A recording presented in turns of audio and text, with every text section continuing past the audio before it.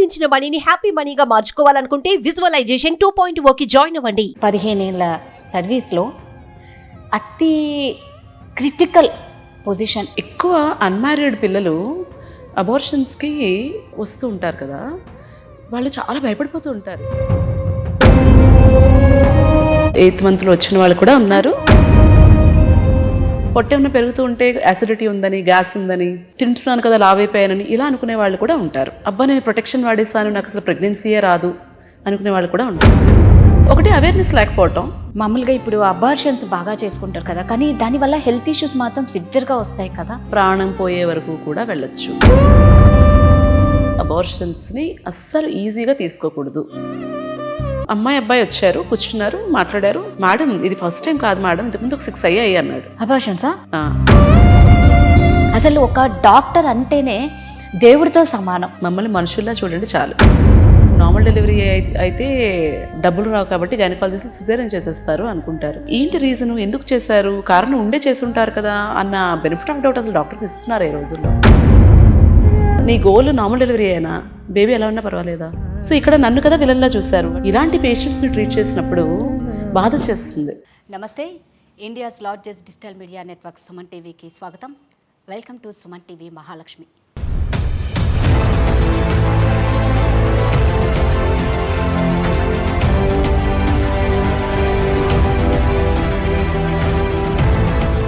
తల్లి జన్మనిస్తే డాక్టర్ పునర్జన్మనిస్తారు.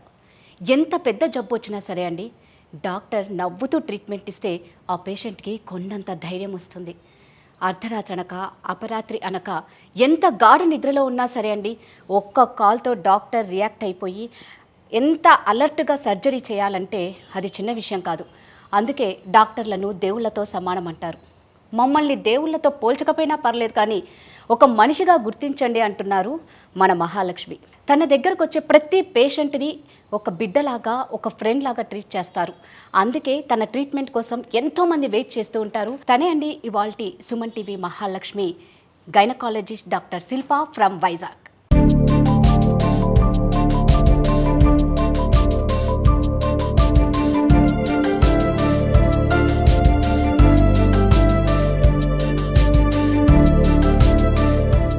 నమస్తే అండి. నమస్తే శిల్ప గారు, నేను ఆల్రెడీ ఈ మహాలక్ష్మి గురించి నేను చెప్పా. అంటే మీ లైఫ్ అంతా చాలా కూల్గా వెళ్తుంది, ఆడుతూ పాడుతూ. అంటే ఏ బాధలు వచ్చినా మీరు తట్టుకోగలుగుతారు కాబట్టి ఈరోజు ఇంత హ్యాపీగా నాకేమీ లేవు అని కూల్గా ఉండగలుగుతున్నారు. ఫస్ట్ శిల్ప గారి బాల్యం గురించి తెలుసుకోవాలని ఉంది. ఇంత హ్యాపీగా లైఫ్ని ఎంజాయ్ చేస్తున్నారు కాబట్టి. హ్యాపీనెస్ అన్నది ఒక మనిషి పర్స్పెక్టివ్. ఒకళ్ళు ఇంత ప్రాబ్లంకే చాలా పెద్ద ప్రాబ్లం ఉంది అనుకోవచ్చు, ఒకళ్ళు పెద్ద ప్రాబ్లంని కూడా నాకు ఏ ప్రాబ్లం లేదు అనుకోవచ్చు. సో ఎప్పుడు కూడా ఒక మనిషి 100% హ్యాపీగా ఉంటారని కాదు, ఎప్పుడు కూడా సాడ్గా ఉంటారని కాదు. మనం మన లైఫ్లో ఎదురైన సిచ్యుయేషన్స్ని ఎలా హ్యాండిల్ చేస్తాము అన్న దాని మీద డిపెండ్ అవుతుంది. మీరు చెప్పినట్టే I'm very fortunate to have a beautiful family. అమ్మ నాన్న, తమ్ముడు, ఇప్పుడు హస్బెండ్, ఇన్లాస్ అందరూ చాలా బాగా చూసుకునేవాళ్ళే. అలా అని లైఫ్లో ఎప్పుడు కష్టాలు లేవు అని కూడా కాదు. మా చిన్నప్పుడు పల్లెటూరులో పెరిగాను. 7 కజిన్స్ అందరం ఉండేవాళ్ళం కలిసి. పూర్ పీపుల్ అని చెప్పాం, కానీ కొంత జాగ్రత్తగా ఉండేవాళ్ళు కదా ఇదివరకు రోజుల్లో. సో అంత యాడిక్వేట్గా ఫ్రూట్స్ కానీ ఫుడ్ కానీ అంటే మరీ ఎక్కువగా అలా ఇప్పుడున్నట్లు అయితే ఉండేది కాదు. సో పల్లెటూరులోనే చదువుకున్నాను 6th క్లాస్ వరకు, 6th 7th క్లాస్ వరకు. తర్వాత తెలుగు మీడియంలోనే చదువుకున్నాను నేను 10th క్లాస్ వరకు. తర్వాత సడన్గా ఇంటర్మీడియట్ ఇంగ్లీష్ మీడియంలోకి షిఫ్ట్ అవటం, ఆ ట్రాన్సిషన్ కొంచెం ఇబ్బంది పడ్డాను. తర్వాత మళ్ళీ ఎంబీబీఎస్ అడ్మిషన్కి, తర్వాత మళ్ళీ ఎంబీబీఎస్ అంతా పీజీ అడ్మిషన్కి. ఎవరి లైఫ్ స్మూత్గా ఉంటుందని అనను, కానీ మంచి సపోర్ట్ సిస్టమ్ ఉంటే మనకి చిన్న చిన్న కష్టాలు ఎదురైనా కూడా మనం ఓవర్కమ్ చేయగలం. ఎగ్జాక్ట్లీ. అండ్ ఇంకొకటి ఏంటంటే, ఈ కొంతమందికి ఇన్హరెంట్గా నేచర్ ఉండొచ్చు, ఏ కష్టమైనా ఫేస్ చేసే యాటిట్యూడ్ ఉండొచ్చు. అందరూ ఒకలా ఉండరు కదా. సో ఇది మనం పిల్లలకి చిన్నప్పటి నుంచి కూడా వాళ్ళకి పెంచాలి. కష్టం తెలియకుండా పెంచాను నేను అని గొప్పగా ఫీల్ అవుతారు చాలామంది. That is not right. Reality తెలియాలి. పిల్లల పెంపకం నుంచి కూడా మనం అది వాళ్ళకి అలవాటు చేయాలి. అప్పుడు రేపు పొద్దున ఒక కష్టం వచ్చినా కూడా వాళ్ళు తట్టుకుని నిలబడగలుగుతారు. సో అన్నిటికీ నిజంగా తట్టుకునేలా పేరెంట్సే పెంచాలి. అండ్ ఇప్పుడు ఒక యూట్యూబ్ ఛానల్ సక్సెస్ అవటము, కెరియర్ టేక్ ఆఫ్ అవటము, ఒక హాస్పిటల్ పెట్టుకోవడము, ఈ సిచ్యుయేషన్లో ఉన్నాను. బట్ ఇది ఎప్పుడూ లేదు కదా, దీనికి ముందు స్ట్రగుల్స్ కూడా ఉన్నాయి. అండ్ చాలామంది ఏమనుకుంటారంటే ఈ సోషల్ మీడియా వచ్చిన తర్వాత జరుగుతున్నవి ఇవి. కనిపించిందే నిజం అనుకుంటారు. కరెక్ట్. ఇప్పుడు మనం నవ్వుతూ ఒక పిక్చర్ పెట్టాం అనుకోండి, అబ్బా వీళ్ళ లైఫ్లో మొత్తం హ్యాపీనెస్సే ఉంది అనుకుంటారు, ఏం కష్టాలే లేవనుకుంటారు. కానీ మనకు తెలియదు కదా, ఇప్పుడు మీకు నేను నవ్వుతూ కనిపిస్తున్నాను, నాకు ఎన్ని ప్రాబ్లమ్స్ ఉన్నాయి మీకు తెలియదు కదా. సో కనిపించినంత నిజం కాదు. ఎవరు కష్టం ఫోటో తీసి పెట్టుకోరు కదా సోషల్ మీడియాలో. పెట్టుకుంటావా? మనం ఏడుస్తూ ఫోటో తీసి పెట్టుకోం కదా. సో ప్రతి మనిషి హ్యాపీగా ఉంటారు, వాళ్ళ కష్టాలు లేవు, నాకే కష్టాలు ఉన్నాయి. ఆ విక్టిమ్ మైండ్ సెట్ అనేది మాత్రం నాకు నచ్చదు. దీనికి ఎగ్జాంపుల్ ఏంటంటే, ఒక లేడీని నేను ట్రీట్ చేశాను, మేబీ 1 year అయినట్టుంది. చాలా మంది పేషెంట్స్ని చూస్తాం కదా, అన్ని గుర్తుండవు, బట్ కొన్ని ఇన్సిడెంట్స్ గుర్తుండిపోతాయి. ఆవిడ ఏంటంటే చాలా దీనమైన స్థితిలో ఉన్నాను, నేను చాలా హెల్ప్లెస్ అని చాలా వీక్గా వచ్చారు. ఏమైందమ్మా అంటే, ఇక్కడ ఇంత దెబ్బ ఉంది. ఏమైందమ్మా అంటే, మా బాబు కొట్టేశాడమ్మా నేను నన్ను అని చెప్పాడు.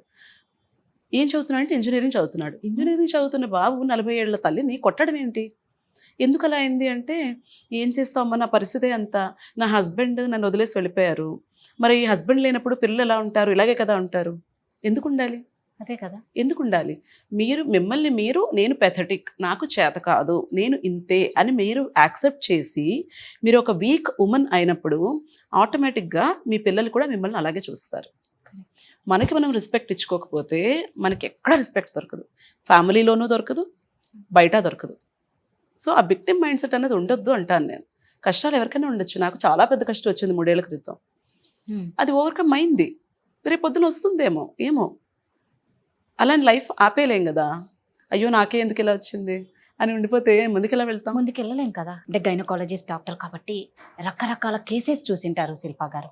15 ఏళ్ళ సర్వీస్లో అతి క్రిటికల్ పొజిషన్ మీరు ఏది చూసి చాలా బాధపడి ఎమోషనల్గా, అంటే మీరు ఇందాక అన్నారు అలాంటి ఎమోషన్స్ మీకున్నాయి, బట్ పేషెంట్ మీ దగ్గరకు వచ్చినప్పుడు ఒక బిడ్డగా మీరు ట్రీట్ చేయాలి, మీరు తల్లులే బిడ్డగా ట్రీట్ చేసి ఇది క్రిటికల్ పొజిషన్ నుంచి మీరు వాళ్ళని బయటికి తీసుకొచ్చి, ఇది నాకు చాలా హ్యాపీ ఇచ్చింది ఈ కేస్ అన్నది ఏముంటుంది, మీకు అన్ని హ్యాపీ మూమెంట్సే ఉంటాయి అందులో. ఎగ్జాక్ట్లీ అందులో ఏదైనా ఒక్కటి ఇంకా క్రిటికల్ అంటే ఇంకా మనం కొన్ని కేసెస్ హ్యాండ్ వదిలేస్తారు. బై డిఫాల్ట్ గైనకాలజీలో అవుట్కమ్ అనేది గుడ్డే ఉండాలి. ఒక న్యూరో సర్జరీ అంటే బ్రెయిన్ సర్జరీనో హార్ట్ సర్జరీనో ఒకవేళ ఫెయిల్ అయింది, లేకపోతే ఇంత రిస్క్ ఉంది ఫెయిల్ అవడానికి, లేకపోతే పేషెంట్ డెత్ అవడానికి హై రిస్క్ కేసెస్ ఉంటాయి. బట్ గైనిక్లో outcome has to be good. ఎందుకు, ఏదో డెలివరీకి వస్తారు, లేకపోతే యూట్రస్ రిమూవల్ సర్జరీస్కో, ఓవేరియన్ సిస్ట్ రిమూవల్ సర్జరీస్కో ఇలాంటి వాటికి వస్తుంటారు. సో అవుట్కమ్ అన్నది ఎప్పుడు కూడా బాగా it has to be good. So ప్రతి కేసులోనూ చాలా సాటిస్ఫాక్షన్ ఉంటుంది. ఎందుకంటే మీరు అనుకోవచ్చు డెలివరీస్ కాకుండా ఇంకేమన్నా క్రిటికల్గా హ్యాండిల్ చేశారని, మీరు అలా అనుకుంటున్నారు కదా. కానీ ఒక లేడీకి చైల్డ్ బర్త్ అన్నది ఎన్నిసార్లు వస్తుంది, 1 or 2 అంతే కదా. సో ప్రతి ప్రెగ్నెన్సీ ప్రెషియస్, ప్రతి లైఫ్ ప్రెషియస్. సో ఏ కేసు హ్యాండిల్ చేసినప్పుడు కూడా ఆ బేబీ డెలివరీ వాళ్ళకి ఇస్తున్నప్పుడు వాళ్ళకి ఎంత ఆనందం ఉంటుందో నాకు కూడా అంతే ఆనందం ఉంటుంది. బట్ స్పెసిఫిక్గా మీరు అడుగుతున్నారు కాబట్టి చెప్పాలి అంటే, ఎక్కువ అన్మ్యారీడ్ పిల్లలు అబార్షన్స్కి వస్తూ ఉంటారు కదా, వాళ్ళు చాలా భయపడిపోతూ ఉంటారు. అంటే ఇమాజిన్ ఒక అమ్మాయి ప్రెగ్నెంట్ అయిందంటే అది అమ్మాయి ఒక్కదాని తప్పు కాదు కదా. కరెక్ట్. మరి ఎవరైనా అబ్బాయి గురించి మాట్లాడతారా, నువ్వేం చేస్తున్నావు, నీకు పీరియడ్ రాకపోతే టెస్ట్ చేసుకోవాలి కదా, ఆ మాత్రం తెలీదా అని అనేస్తారు ఈజీగా కదా. పేరెంట్స్కి చెప్పుకోలేదు, సపోర్ట్ చేసే ఫ్రెండ్స్ ఉండకపోవచ్చు, అది చేసిన మనిషి కనపడ్డు ఆ టైంలో, నువ్వే ప్రపంచం అంటాడు, ఆ మనిషి కనపడ్డు, ఎక్కడికి వెళ్తుంది అమ్మాయి. అలాంటి మనిషి వచ్చినప్పుడు నేను కూడా అదే అంటే ఏమైపోతుంది అమ్మాయి. సో ఇలాగ ఒక అమ్మాయి వస్తే నేను ఏమీ జడ్జ్ చేయలేదు, అమ్మాయిని ట్రీట్ చేశాను, పంపించేశాను. వెళ్ళిపోయేటప్పుడు కాళ్ళు పట్టేసుకుంది ఓపీలో. మరి అంతే కదా, అంత ఎమోషనల్ అయిపోయింది. Is it a big thing? No, it's just an abortion. But is it a big thing for the lady? Yes it was కదా. సో అలాంటి సిచ్యుయేషన్స్ని హ్యాండిల్ చేసినప్పుడు బాగా అనిపిస్తుంది. అంటే ఇప్పుడు నేను అడుగుతున్నా, ఒక పెళ్లి కాని అమ్మాయి మీ దగ్గరికి అంటే ఏ మంత్లో మీ దగ్గరకు వస్తారు? చాలా రకాలు చూస్తాము. 7th monthలో కూడా వస్తారు. 7th month 8th monthలో వచ్చిన వాళ్ళు కూడా అంటే ఉన్నారు. వాళ్ళకు తెలియదు అంతవరకు. అది ఎలా తెలియకుండా ఐడెంటిఫై చేయకుండా, అంటే అది అంత ఈజీ. ఇప్పుడు 1 మంత్ డేట్ రాలేదు Usually, అన్నప్పుడే అంటే పీసీఓడి ప్రాబ్లం అది ఉంటుంది కదా కొంతమందికి, వాళ్ళకి ఇర్రెగ్యులర్ సైకిల్స్ వస్తాయి. Yes, okay. వాళ్ళకి 3 మంత్స్కో 4 మంత్స్కో పీరియడ్ రావటం అన్నది వాళ్ళకి నార్మల్ ప్యాటర్న్. ఆహా, okay. అలా అనుకుని వాళ్ళు రారు కొంతమంది ఏమనుకుంటారు, బేసిక్గా అంత నోటీస్ చేసుకోరు బాడీలో ఏ చేంజెస్. పొట్ట ఏమైనా పెరుగుతూ ఉంటే యాసిడిటీ ఉందని, గ్యాస్ ఉందని, Hmm. లేకపోతే తింటున్నాను కదా లావైపోయానని ఇలా అనుకునే వాళ్ళు కూడా ఉంటారు. Okay. మూడో కేటగిరీ, కాండం ఏదో వాడేసి అబ్బా నేను ప్రొటెక్షన్ వాడేసాను, నాకు అసలు ప్రెగ్నెన్సీయే రాదు అనుకునే వాళ్ళు కూడా ఉంటారు. అంటే కాండం వాడినా కూడా ప్రెగ్నెంట్ అయ్యే ఛాన్స్ ఉందా? చాలా 14 to 15% ఫెయిల్యూర్ రేట్ ఉంటుంది కాండంకి. ఇదంతా కొంత అవేర్నెస్ లేకపోవటం వల్ల. అండ్ చదువుకున్న వాళ్ళు కూడా వస్తారు. ఈవెన్ నర్సెస్ కూడా కొంతమంది 5th month 6th month detect అయ్యి వస్తారు. నర్సెస్ కూడా. నర్సెస్ కూడా ఇట్స్ జస్ట్ బ్యాడ్ లక్. అదే, అంటే అంతే. ఒకటి అవేర్నెస్ లేకపోవటం, Hmm. అండ్ సెక్స్ ఎడ్యుకేషన్ కూడా లేదు కదా, అంత అసలు. ప్రివలెన్స్ లేదు కదా మన దగ్గర. అవును. ఇంట్లో వాళ్ళు మాట్లాడరు, Exactly. వీళ్ళేమో డాక్టర్ దగ్గరికి వెళ్ళి ఏదైనా తెలుసుకుందామని అనుకోరు. ఆ అబ్బాయికి నాలెడ్జ్ ఉండదు, అమ్మాయికి నాలెడ్జ్ ఉండదు. కాకపోతే అన్ఫార్చునేట్లీ సఫర్ అయ్యేది అమ్మాయే అవును. కదా. సో ఇలాంటి కారణాలు చాలా ఉంటాయి. కొంతమంది అమ్మాయిలు, పెళ్లి కాని అమ్మాయిలు, వాళ్ళకి తెలియకుండా ఏ 7th మంత్లోనో 8th మంత్లోనో వస్తే అప్పుడు వాళ్ళు ఏం చేయనీకి లేదు ఏమి కదా. చెయ్యలేరు, లీగల్గా కూడా ఏమి చెయ్యకూడదు. She has to continue the pregnancy till అంతే. టర్మ్ వరకు కంటిన్యూ చేసి డెలివర్ చేయాలి బేబీని. అది ఎలా మరి? మీరు తల్లికి ఎలా అంటున్నారు, మరి బిడ్డకి బిడ్డ అదే ఏం తప్పు అంటున్నా. చేసింది? డెలివరీ అయిన తర్వాత No, ఏంటి no, అమ్మాయి బిడ్డ ఏం తప్పు పరిస్థితి? చేసింది? 7th Correct. month లో 8th month లో మీరు ఎలాగ టెర్మినేట్ చేసేసుకుందాం అనుకుంటారు? అప్పటి వరకు అసలు అన్వాంటెడ్ ప్రెగ్నెన్సీ రాకుండా చూసుకోవడం మీ Exactly. రెస్పాన్సిబిలిటీ. అక్కడ తప్పు చేశారు. ఎర్లీగా డిటెక్ట్ చేసుకోకపోవడం ఇంకొక తప్పు. Correct. మీరు డిటెక్ట్ చేసిన తర్వాత మీ స్వార్థం కోసం 7th month లో 8th month లో డెలివరీ చేసేసి పడేస్తాను అంటే అమ్మో, అది. That is not right. అందుకనే అంటాను అవేర్నెస్ ఉండాలి అని. నా యూట్యూబ్ ఛానల్ స్టార్ట్ చేయడం వెనక రీజన్ కూడా అదే. సో శిల్పా గారు, మామూలుగా మన ఆడవాళ్ళకి ఏంటంటే ఏదన్నా పండగ వస్తుంది, ఎక్కడికైనా ఊరికి వెళ్ళాలి, లేకపోతే మాకు నాకు తొందరగా అర్థమైపోయింది మీరు ఏమడుతున్నారు. ఆ పిల్స్ ఒకటి యూజ్ చేస్తాం. హెల్త్ వైజ్ ఎంత తొందరగా effect పీరియడ్ పడుతుంది. వద్దు అని. వద్దు అనేసి ఆ డేట్ ని డిలే చేయాలి. మనకి ఇష్టం వచ్చినప్పుడు డేట్ రావాలి, దాని ఇష్టం వచ్చినప్పుడు మనం ఉండొద్దు. So Yeah. అలాంటప్పుడు ఎలాంటి ప్రాబ్లమ్స్ ఫేస్ చేస్తారు అమ్మాయిలు? పీరియడ్ అన్నది కూడా నార్మలే కదా. Why should you use Pills. Pills to postpone the period కదా. Mm. ఇంక గుడికి వెళ్ళకూడదు అంటారు. నాకైతే అది నమ్మకం లేదు. నేను ఈ రోజు వరకు నేను కానీ మా ఇంట్లో వాళ్ళు కానీ ఒక్క రోజు కూడా పీరియడ్ పోస్ట్పోన్మెంట్ పిల్ వేసుకోలేదు. నేను పేషెంట్స్ కూడా అదే చెప్తాను, వద్దు అని చెప్తాను. అయినా కూడా వినకుండా కొంతమంది అయితే వాళ్ళ హ్యాండ్ బ్యాగ్లో పెట్టుకొని తిరుగుతూ ఉంటారు. ఏ అవసరం వచ్చినా మింగేస్తూ ఉంటారు. ఇది యాక్చువల్లీ దీని గురించి చెప్పండి. నేను ఒక స్కూల్ హెల్త్ ప్రోగ్రామ్స్ చేస్తూ ఉంటాను. ఆ స్కూల్ హెల్త్ ప్రోగ్రామ్కి వెళ్ళినప్పుడు ఒక 8th class అమ్మాయి అడిగింది నన్ను, మేడం పీరియడ్ పోస్ట్పోన్మెంట్కి పిల్స్ వేసుకుంటారు కదా, అది వేసుకోవచ్చా అని. అసలు 8th class అమ్మాయికి అది ఎలా తెలిసిందన్నది నాకు అర్థం కాలేదు. అంటే ఇంట్లో అంత ఎక్కువగా ఇంట్లో వాళ్ళంతా దాన్ని Yes. అబ్యూస్ చేస్తున్నారు. సో ఈ పీరియడ్ పోస్ట్పోన్మెంట్ అన్న రీజన్ కోసం ఆ పిల్ని డిజైన్ చేయలేదు.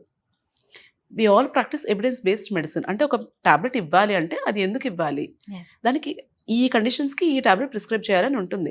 ఎక్కడ కూడా మెడికల్ సైన్స్లో పీరియడ్ పోస్ట్పోన్ చేసుకోవడానికి ఈ టాబ్లెట్స్ వాడుకోండి అని ఉండదు. ఇండియాలో మన కల్చర్ వైజ్ కొంతమంది అడుగుతూ ఉంటారు, బట్ దీన్ని అదే పనిగా అబ్యూస్ చేయకూడదు. ఒక్కొక్కసారి ఒక లేడీని చూశాను నేను, తనకి రావడమే చాలా సివియర్ పెయిన్తో వచ్చారు. చూస్తే ఐ థింక్ ఒక 1 లీటర్ 1.5 లీటర్స్ బ్లడ్ ట్యూబ్లో ప్రెగ్నెన్సీ వచ్చేసి అది పగిలిపోయి అక్యుములేట్ అయిపోయింది. Then I had to do an emergency surgery to save her. ఒక 3 ప్యాకెట్ల బ్లడ్ పెట్టాల్సి వచ్చింది. ఇదంతా ఎందుకైంది, ఇలాంటి పీరియడ్ పోస్ట్పోన్మెంట్ పిల్స్ వల్ల కూడా అందరికీ ప్రెగ్నెన్సీస్ ఫెలోపియన్ ట్యూబ్లోనే ఫామ్ అవుతాయి. ఆ ట్యూబ్ మూవ్మెంట్ ఏమైనా కొంచెం స్లో అయిపోయింది అనుకోండి, బేబీ వెళ్ళి అక్కడ అతుక్కొని ఉండిపోతుంది. ఇలాంటి పిల్స్ వల్ల అలాంటి ప్రాబ్లమ్స్ కూడా రావచ్చు. Why do you abuse it? ఇంకొక కండిషన్ చెప్తాను.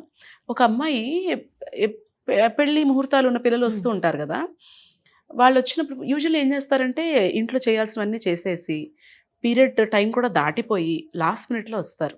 వచ్చి పీరియడ్ పోస్ట్పోన్మెంట్ పిల్ కావాలి అంటారు. అప్పుడు నేను ఒకటే చెప్తా, ఇది పని చేయొచ్చు, పని చేయకపోవచ్చు. అలానే ఎక్కువ డోసెస్ వేసుకోవటము అది కూడా మంచిది కాదు కదా. ఒక అమ్మాయికి ఇలాగే పెళ్ళి రేపు అన్నవరంలో ఉందనగా పాపం అమ్మాయికి ముందు రోజు పీరియడ్ వచ్చేసింది. నేను పిల్ పెట్టిన అమ్మాయికే. ఓకే. రావచ్చు, రాకుండా ఆపలేం కదా. If you come late are if the dose is not adequate, అది రావచ్చు. బికాస్ దట్ పిల్ is not design to do that. ఆ అమ్మాయి అయితే నాకు ఇప్పుడు చచ్చిపోవడం తప్ప ఇంకొక దారి లేదు, రేపు పొద్దుట పెళ్ళుంది, నేను ఈ విషయం ఇంట్లో చెప్తే పెళ్ళి ఆపేస్తారు. వై? ఎందుకు ఆపాలి? పీరియడ్ అనేది నార్మల్ కాదా? అంటే పెళ్లి పీటల మీద కూర్చోపెట్టారు కదా, అదే ఎందుకు పెట్టకూడదు అంటాను అదే నేను. మరి అదే మన ఎందుకు సంప్రదాయాలు పెట్టకూడదు? అలాగే ఉన్నాయి కదా. ఎందుకు పెట్టకూడదు? దానికి మరి ఆ పిల్లల్ని అంత స్ట్రెస్‌లో పెట్టడం మంచిదా? అది చెప్పండి పోనీ నాకు ఆన్సర్ ఇవ్వండి. లేదు లేదు ఓకే. నేను 100% అగ్రీ అవుతాను. మీకు లేదు. సెంటిమెంటల్ వాల్యూస్ ఉన్నాయి. లేదు. మీరు పీటల మీద ఆడపిల్లని కూర్చోబెట్టకూడదు పీరియడ్ వచ్చినప్పుడు కదా! మరి ఆ అమ్మాయికి అంత మెంటల్ స్ట్రెస్, సూసైడ్ చేసుకోవాలన్నంత బాధ కలిగించడం అనేది అవసరమా? Is it fair? ఖచ్చితంగా. మన సెంటిమెంట్స్ కోసం ఆ అమ్మాయిని అంత ఇబ్బంది పెట్టాలా మనం? అండ్ మీరు ఒక ముహూర్తం పెడతారు. ఆ ముహూర్తానికి ఆ అమ్మాయికి పీరియడ్ వస్తుందో లేదో తెలుస్తుందా? లేదు కదా! అంటే మామూలుగా అందుకే కదా మన ఆడవాళ్ళకి ముందు డేట్లు చూసి ముహూర్తాలు పెడతారు. కానీ ఇది న్యాచురల్‌గా మన చేతిలో మీరు లేనిది స్ట్రెస్ ఇది. తీసుకుంటే గనక పీరియడ్ ఆ! డిలే అయిపోవచ్చు, టైంకి వచ్చేయచ్చు. కరెక్ట్. అది మన చేతిలో ఎప్పుడైతే ఉండదు. కరెక్ట్ టైంకి రావాలి అనుకుంటారో అప్పుడే రాదు. రాదు. రైట్. హార్మోన్స్ అన్నవి మన బాడీ ఫంక్షన్ మీద, స్ట్రెస్ లెవెల్స్ మీద అన్నింటి మీద డిపెండ్ అవుతుంది. అంటే ఇప్పుడు నాకొకటే డౌట్. మరి ఆ పిల్ల ఎందుకు చేశారు? ఆ పిల్ రీజన్స్ వేరు యూజ్ చేయడానికి. Okay. హెవీ బ్లీడింగ్ అయినప్పుడు వాడతాము. ఎండోమెట్రియం ఏమన్నా కరెక్ట్ చేయాలంటే వాడతాము. పోస్ట్‌పోన్‌మెంట్‌కి ఎవరు కనిపెట్టలేదే పిల్. దాన్ని దీనిగా యూజ్ చాలా ఎక్కువ అబ్యూస్ చేస్తున్నారు. పిల్లలకు కూడా అలవాటు చేసేస్తున్నారు. పోనీ ఇంట్లో అమ్మాయి పెళ్లి ఓకే మీరు అడిగారు. పెళ్ళికి వచ్చే చుట్టాలకి వాడేస్తున్నారు. ఆ చుట్టాల పిల్లలకి వాడేస్తున్నారు. ఎందుకు? మన ఇంట్లో ఫంక్షన్ ఉందంటే మనం మెయిడ్స్ చేత ఒక వాడించేస్తున్నాము. డోలో వాడినట్టే. That is not right. You should never abuse your body. Learn to respect your body. ఆ అమ్మాయి పెళ్లి క్యాన్సిల్ అయిందా? చేసుకుంది. చేసుకుంది. మామూలుగా ఇప్పుడు అబార్షన్స్ బాగా చేసుకుంటారు కదా! కానీ దానివల్ల హెల్త్ ఇష్యూస్ మాత్రం సివియర్‌గా వస్తాయి కదా! ప్రాణం పోయే వరకు కూడా వెళ్ళొచ్చు.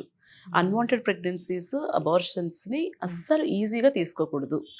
మీకు ఒకవేళ ప్రెగ్నెన్సీ వద్దు అనుకుంటే ప్రాపర్ బర్త్ కంట్రోల్ ఆప్షన్స్ ఏంటి అన్నది go to gynaecologist, discuss and use. మీకున్న సగం జ్ఞానంతో వాడేసి దానికి ప్రెగ్నెన్సీస్ తెచ్చుకొని ఏముందిలే అన్వాంటెడ్ ప్రెగ్నెన్సీ కదా అబార్ట్ అయిపోతుంది అని లైట్ తీసుకోకూడదు. రీసెంట్గా ఒక అమ్మాయి వచ్చింది. అమ్మాయి అబ్బాయి వచ్చారు, కూర్చున్నారు, మాట్లాడారు, చూశాను. ఓకేనా అన్వాంటెడ్ ప్రెగ్నెన్సీ అన్నారు. సరే టాబ్లెట్స్ ఇస్తాను అని చెప్పాను. ఫామ్స్ సైన్ చేసి రండి అని బయటకు పంపించాను. బయటకు వచ్చి మేడం మీకు ఒక విషయం చెప్పాలి అని మళ్ళీ వాళ్ళిద్దరు లోపలికి వచ్చారు. మేడం చాలా క్యాజువల్గా, మేడం ఇది ఫస్ట్ టైం కాదు మేడం, ఇంతకుముందు ఒక 6 అయ్యాయి అన్నాడు. అబార్షన్సా? 6 అబార్షన్స్ అయ్యాట. నేను అన్నాను, నేను మిమ్మల్ని ట్రీట్ చెయ్యను. మీకు మీ బాడీ మీద, ఆ బేబీ మీద రెస్పెక్ట్ లేకపోవచ్చు, నాకుంది. నేను ట్రీట్ చేయను. మీరు ఎక్కడికి కావాలంటే అక్కడికి వెళ్ళండి. మీరు ఎంత డబ్బులు ఇచ్చినా నేను ట్రీట్ చేయను అని చెప్పి పంపించేశాను. ఒకవైపు అన్వాంటెడ్ ప్రెగ్నెన్సీ వచ్చేస్తే ఏం చేయాలో తెలియక కుమిలిపోయి చచ్చిపోవాలా అన్న ఆలోచించే పిల్లలు ఉన్నారు ఒకవైపు. ఇంకొక వైపు ఇలాంటి వాళ్ళు కూడా ఉన్నారు. ఏమవుతుంది, డబ్బులు చాలా పడేస్తే right. డాక్టర్ చేసేస్తుంది. No, it doesn't happen like that. మీరు పైనుంచి దూకారు అనుకోండి, ఒకసారి దూకారు దెబ్బ తగలేదు, 2 సార్లు దూకారు దెబ్బ తగలేదు, 3వ సారి 4వ సారి తగులుతుంది కదా. ఖచ్చితంగా. Similar case I've seen. Abortion కోసం వచ్చినప్పుడు ప్రెగ్నెన్సీ లొకేట్ చేసుకుంటాం, యూట్రస్లోనే ఉందా అని కన్ఫర్మ్ చేసుకొని పిల్లు ఇస్తాం.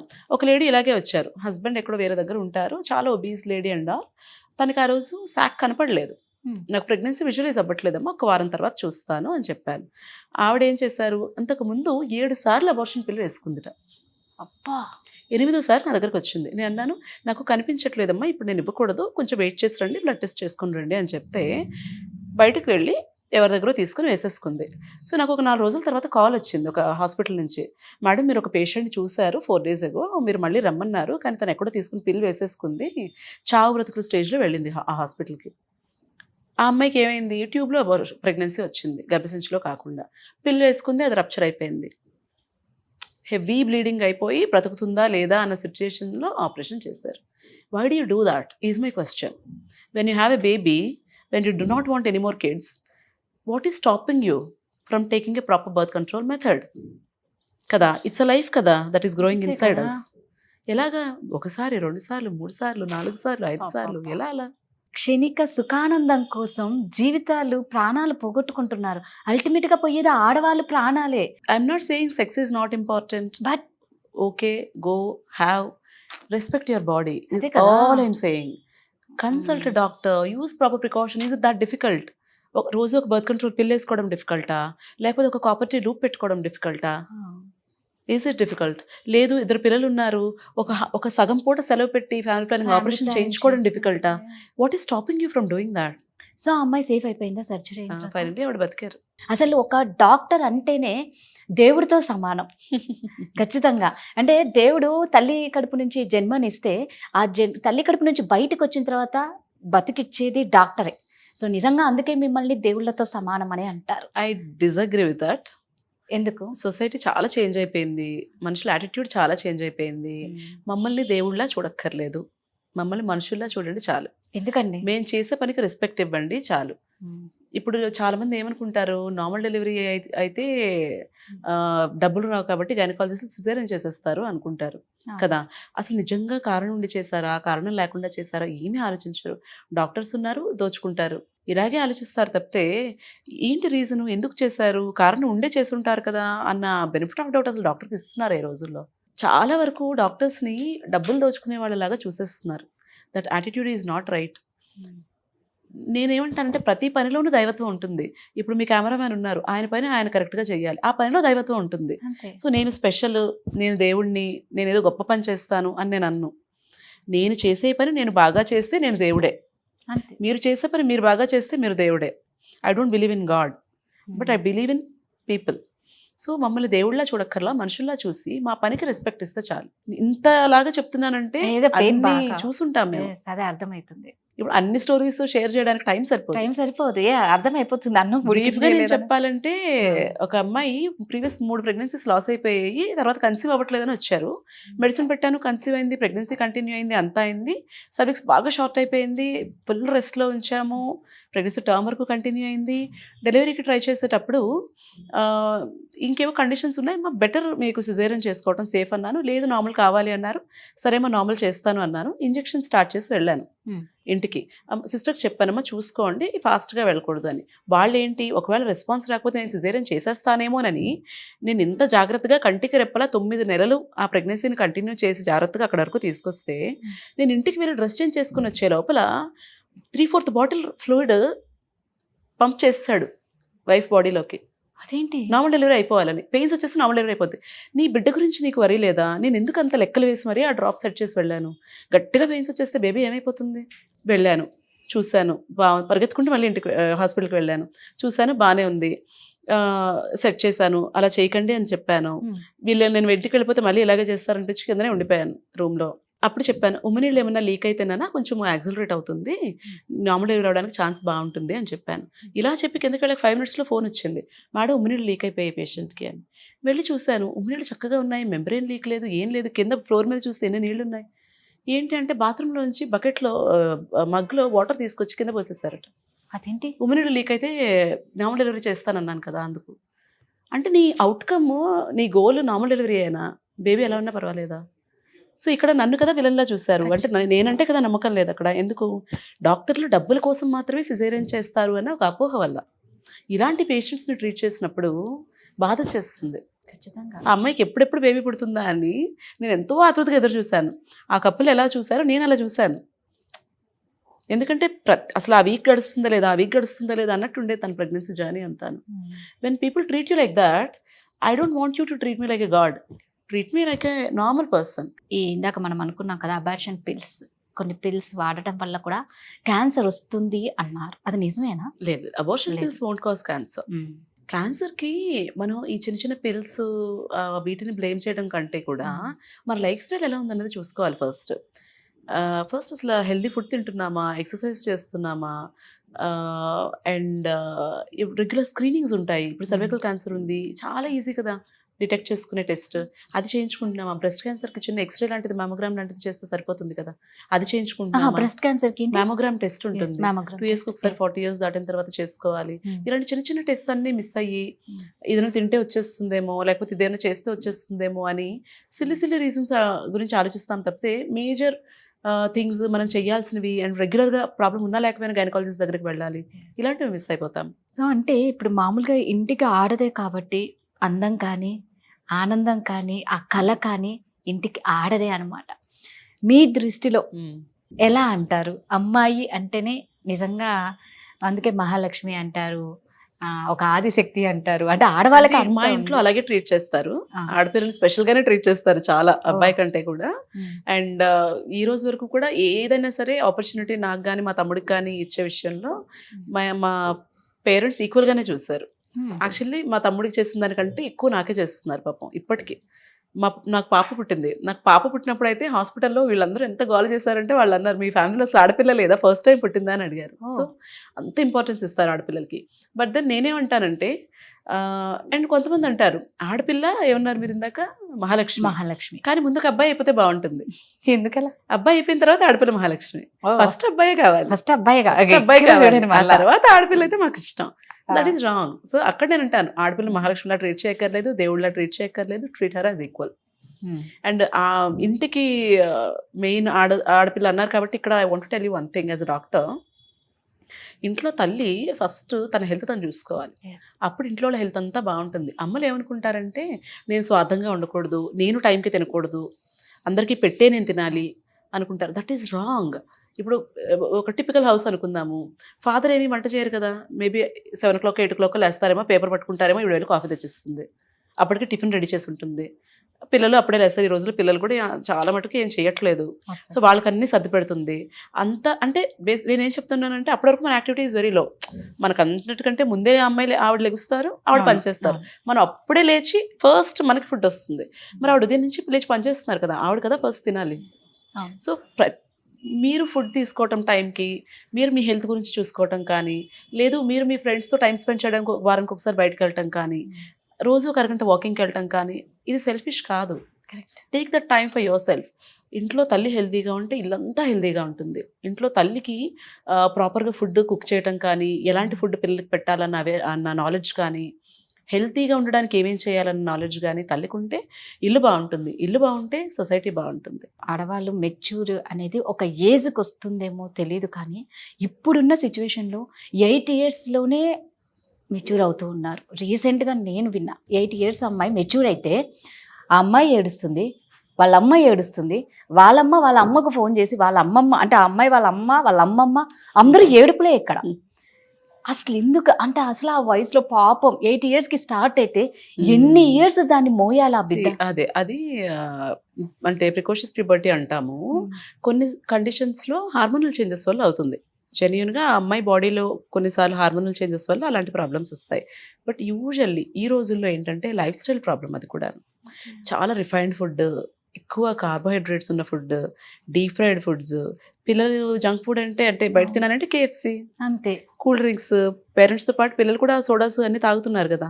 అలాగే నాన్ వెజ్ తినటం ఎక్కువైపోయింది. అండ్ మిల్క్ కూడాను. ఇంతకుముందు కౌ మిల్క్ తాగేవాళ్ళం, అది కూడా గ్రాస్ ఫెడ్ కౌ మిల్క్ తాగేవాళ్ళం. ఇప్పుడు అన్నీ కూడా కొంత కల్తీ అయిపోయాయి కదా. అండ్ యాక్టివిటీ లేదు. అమ్మకు ఫోను, నాన్నకు ఫోను, బిడ్డకు phone. And usual one single child, nuclear families, ఆడుకోవడానికి పిల్లలు ఉండరు. ఏదో ఒక యాక్టివిటీ ఉండాలి పిల్లలకి. అండ్ వాళ్ళు తినే ఫుడ్ కూడా మనం చూడాలి కదా. కార్న్ఫ్లేక్స్, పాలు. మనం కార్న్ఫ్లేక్స్, పాలు తిని పెరగలేదు కదా. ప్యాకెట్లోంచి ఇలా ఓపెన్ చేసుకుని తినే ఫుడ్ మనం తినలేదు కదా. Actually first thing in the morning package foods తినకూడదు. And broiler chicken. మన లెవెల్ ఆఫ్ లివింగ్ పెరిగిన తర్వాత మనం తినే ఫుడ్ క్వాంటిటీ కూడా బాగా పెరిగిపోయింది. నేను మీకు ఫస్ట్ చెప్పాను, మాకు తినడానికి సరిపడా ఉండేది, కానీ బాగుంది ఇంకొంచెం తిందామంటే అంత ఎక్కువ ఉండేది కాదు. సో ఇప్పుడు ఏంటి, అబండెన్స్. అది సరిపోతుందన్నా కూడా మనం ఇంకా కొసరి వడ్డించేస్తాం. తిను. ఎంత తింటున్నారు పిల్లలు, ఎంత ఖర్చు పెడుతున్నారు. యాక్టివిటీ తగ్గిపోయింది కదా బాగా. కూర్చుంటారు, టీవీ చూస్తారు, లేకపోతే టీవీలో గేమ్స్ ఆడతారు, బయటకు వెళ్ళి ఆడుకునేది తగ్గిపోయింది. వీటి వల్ల అబ్బాయిల కంటే కూడా అమ్మాయిలు ఎక్కువ ఎఫెక్ట్ అవుతారు. అమ్మాయిలు హార్మోనల్ చేంజెస్ వచ్చేస్తాయి. దానివల్ల PCOD అని, ఇన్ఫర్టిలిటీ అని, వీటన్నింటితో సఫర్ అవుతారు. ఇదే food habits changes, life style problems వల్ల అబ్బాయిలకి కూడా వాళ్ళు పెద్దయ్యాక తెలుస్తుంది. స్పర్మ్లో ప్రాబ్లమ్స్ వస్తాయి, ప్రెగ్నెన్సీస్ రావడానికి ప్రాబ్లమ్స్ వస్తాయి. ఆ తర్వాత మామూలుగా ఇప్పుడు మా లేడీస్గా ఎక్కువ జీన్స్, ఇప్పుడు అందరికి బాగా అదొక ట్రెండ్ అయిపోయింది, మంచిగా జీన్స్ వేసుకుంటారు. సో దానివల్ల కూడా జీన్స్ వల్ల ఏమన్నా ప్రాబ్లం అంటే ఆ టైట్ క్లోత్స్ వేసుకోవటం వల్ల ఏంటంటే ఎయిర్ సర్క్యులేషన్ అన్నది ప్రైవేట్ పార్ట్స్ దగ్గర సరిగ్గా జరగదు. దానివల్ల వెజైనల్ ఇన్ఫెక్షన్స్ కానీ, యూరిన్ ఇన్ఫెక్షన్స్ కానీ రావడానికి ఛాన్స్ ఉంటుంది. సో మనం వాటర్ ఎక్కువ తీసుకోవాలి అని అంటారు, ఓకే. బట్ ఆఫీస్ ప్లేసెస్లో లేదంటే ఎక్కడైనా బయటకు వెళ్ళినప్పుడు ఏమైపోతుందంటే యూరిన్ని స్టాప్ చేసుకుంటారు. Wrong habit again. అండ్ ఇంకా ఏం చేస్తారు, వాళ్ళే ఉదయం ఆఫీస్కి వచ్చారనుకోండి, వాష్రూమ్స్ క్లీన్గా ఉండవనో ఏదో రీజన్కి ఉదయం నుంచి ఈవినింగ్ వరకు వాటర్ తాగరు. ఇంటికి వెళ్ళగానే 1 liter వాటర్ తాగేస్తాం ఇవాళకి అనుకుంటారు. That is not right. మీరు throughout the day at regular intervals water తీసుకుంటూ ఉండాలి. అలాగే at regular intervals urine pass చేసేస్తూ ఉండాలి. అప్పుడే ఇన్ఫెక్షన్స్ రాకుండా ఉంటాయి. సో ఇప్పుడు మామూలుగా మొబైల్స్ మనం చూసుకుంటే పక్కన పెట్టుకొని పడుకోవడం, లేదు అంటే కొంతమంది లేడీస్ బ్లౌజ్ లో, అంటే ముఖ్యంగా మెయిడ్స్ చూస్తాం మనం, అవును, బ్లౌజ్ లో అవును, పెట్టేసుకుంటారు. ఈవెన్ సెల్ ఫోన్స్ పాకెట్లో, ప్యాంట్ పాకెట్లో పెట్టుకోవడం కూడా నాట్ ఎ గుడ్ హ్యాబిట్. దానివల్ల కూడా స్పర్మ్స్ అవి డ్యామేజ్ అవ్వచ్చు. ఇప్పుడు మెయిల్ ఇన్ఫర్టిలిటీ కూడా బాగా పెరిగిపోతుంది కదా. Yes. ఒకటి స్మోకింగ్, ఆల్కహాల్, ఈ రేడియేషన్ ఎక్స్పోజర్, పొల్యూటెడ్ ఎన్వైరన్మెంట్. మనం చేయగలిగినవన్నా మనం చేయాలి కదా. Correct. ఎయిర్ పొల్యూషన్ ఏమైనా కరెక్ట్ చేసేయగలమా? చేయలేం కదా. చిన్న చిన్న చేంజెస్ మనం చేసుకోగలిగేవి మనం చేయాలి. పడుకునేటప్పుడు ఫోన్ కొంచెం దూరంగా పెట్టుకోవటము, అవసరం లేకపోతే ఇంట్లో రౌటర్స్ అవి ఆఫ్ చేసుకోవటము, అన్నెసరీ వైఫై అవసరం లేనప్పుడు ఆఫ్ చేసుకోవటము, ఇలాంటి చిన్న చిన్న చేంజెస్ చేసుకుంటే మంచిది. సో ఇప్పుడు మామూలుగా ఇప్పుడు ప్యాడ్స్ పెట్టుకోవడం వల్ల కొన్ని డిసీజ్ వస్తాయి అని అంటారు. ఇప్పుడు కప్స్ కూడా వస్తున్నాయి కదా. అంటే ప్యాడ్ పెట్టుకోవడం వల్ల డిసీజ్ వస్తుంది, కప్ పెట్టుకోవడం వల్ల డిసీజ్ ఉండదు అని కాదు. ప్యాడ్స్ కూడా యూస్ చేసుకోవచ్చు. రెగ్యులర్గా 4 to 6 అవర్స్కి ప్యాడ్ని ప్రాపర్గా డిస్పోజ్ చేసేయాలి. ప్రైవేట్ పార్ట్స్ అనేది క్లీన్గా ఉంచుకోవాలి. చక్కగా పీరియడ్ టైంలో కూడా వాటర్ తీసుకోవాలి, హెల్దీ ఫుడ్ తీసుకోవాలి, ఇవన్నీ పాటించాలి. Menstrual cup is a very good alternative. మనం భూమి మీదకి వచ్చినప్పుడు మన భూమి ఎలా ఉందో దానికంటే బెటర్గా తయారు చేసి మనం ఇవ్వలేము మన పిల్లలకి కానీ మన తర్వాత జనరేషన్స్కి కానీ. అట్లీస్ట్ దాన్ని పాడు చేయకుండా ఇస్తే చాలు. అలాంటివి చెయ్యాలంటే చిన్న చిన్న చేంజెస్, ప్లాస్టిక్ వాటర్ బాటిల్స్లో తాగకపోవడం, ఎక్కడికైనా బయటకు వెళ్ళామంటే ఒక స్టీల్ వాటర్ బాటిల్ క్యారీ చేయండి. పిల్లలకి డైపర్స్ అవసరం ఉన్నా లేకపోయినా వేయకండి. మీరు కూడా శానిటరీ ప్యాడ్ మానేసి మెన్స్ట్రువల్ కప్కి స్విచ్ అవ్వండి. మన హెల్త్కి బాగుంటుంది, ఎన్వైరన్మెంట్కి కూడా మంచిది. ఎనీహౌ మీ వాల్యుబుల్ టైం మాకు ఇచ్చినందుకు, వైజాగ్ నుంచి వచ్చారండి, నిజంగా మీకు చాలా చాలా చాలా thank you for inviting me. Much అండి. చూసారు కదండి, ఇవాళ మహాలక్ష్మితో బోల్డ్ అన్ని ముచ్చట్లు, బోల్డ్ అంత నాలెడ్జ్ పెంచుకున్నాం. సో మరో వారం మరో మహాలక్ష్మితో కలుద్దాం. అంతవరకు సెలవు, నమస్కారం. సుమన్ టీవీలో మీ పర్సనల్ అండ్ బిజినెస్ ప్రమోషన్స్ కోసం కింది నెంబర్కి కాంటాక్ట్ చేయండి.